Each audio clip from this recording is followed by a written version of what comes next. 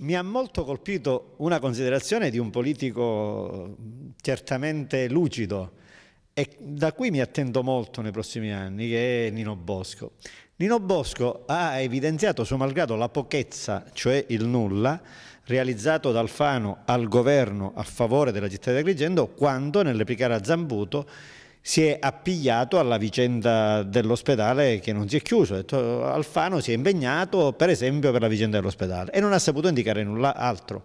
La vicenda dell'ospedale, come tutti sappiamo, è frutto innanzitutto di una battaglia popolare di migliaia di agrigentini che sono scesi in piazza alla fine del luglio del 2010 per pretendere che l'ospedale rimanesse aperto. È frutto dell'impegno di Massimo Russo, che credo si sia addirittura affittata una casa ad Agrigento per seguire con la dovuta attenzione tutta la pratica dell'ospedale. Poi anche Alfano ci ha messo del suo, ma diciamo non siamo in condizioni certamente di attribuirgli questi meriti.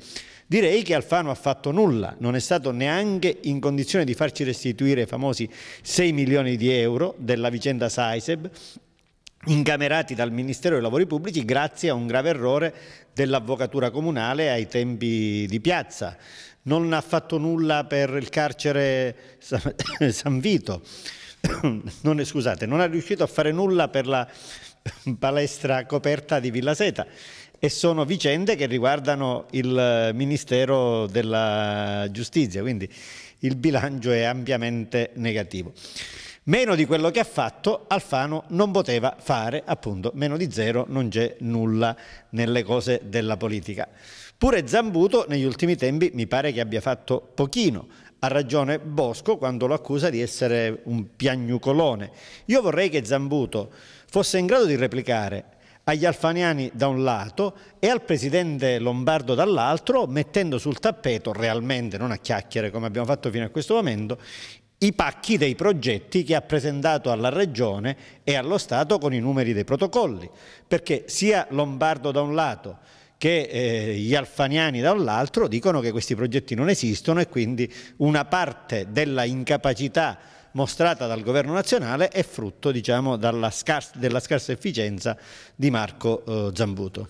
Sembrerebbe esserci una sua apertura nei confronti di Zambuto, un riavvicinamento, possiamo parlare di prove tecniche appunto di riavvicinamento? No, non ritengo proprio che ci possano essere prove tecniche di riavvicinamento.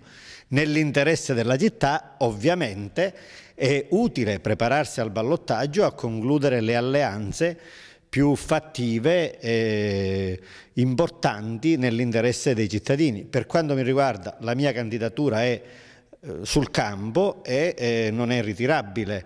I cittadini di Agrigento dovranno scegliere se la efficienza, la credibilità, l'autorevolezza che può esprimere la mia persona con i rapporti che ho costruito in tutti questi anni e con quello che appunto rappresento può essere più utile alla città di ciò che ha saputo fare Marco Zambuto. Su alcune cose il mio dissenso da Zambuto è enorme.